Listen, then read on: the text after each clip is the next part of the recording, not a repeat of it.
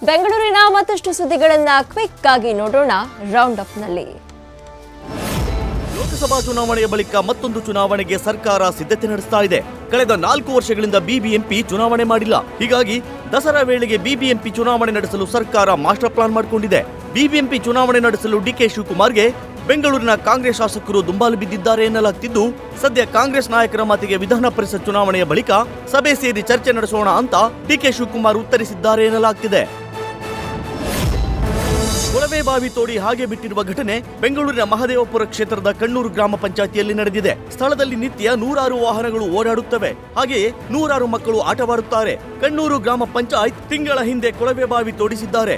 ಆದ್ರೆ ಇದರಿಂದ ಅಪಾಯವಿದೆ ಅಂದ್ರೂ ಅದನ್ನ ಮುಚ್ಚಲು ಯಾವುದೇ ಪ್ರಯತ್ನ ನಡೆಸಿಲ್ಲ ಅಂತ ಸಾರ್ವಜನಿಕರು ಪಂಚಾಯತ್ ಸಿಬ್ಬಂದಿ ನಡೆಗೆ ಭಾರಿ ಆಕ್ರೋಶ ವ್ಯಕ್ತಪಡಿಸಿದ್ದಾರೆ.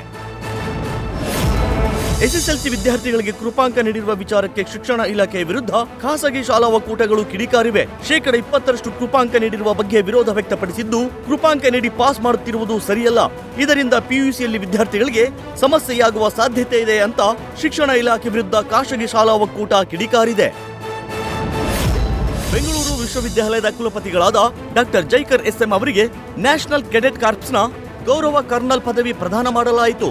ಜ್ಞಾನ ಭಾರತಿ ಆವರಣದ ವಿಬಿ ಕುಟಿನೋ ಸಭಾಂಗಣದಲ್ಲಿ ನಡೆದ ಕಾರ್ಯಕ್ರಮದಲ್ಲಿ ಕರ್ನಾಟಕ ಮತ್ತು ಗೋವಾ ಡೈರೆಕ್ಟರೇಟ್ನ deputy director general SP Arun Kumar ಅವರು ಕುಲಪತಿ ಡಾಕ್ಟರ್ ಎಸ್ ಜೈಕರ್ ಎಸ್ಎಂ ಅವರಿಗೆ ಗೌರವ ಕರ್ನಲ್ ಪದವಿ ಪ್ರದಾನ ಮಾಡಿದರು.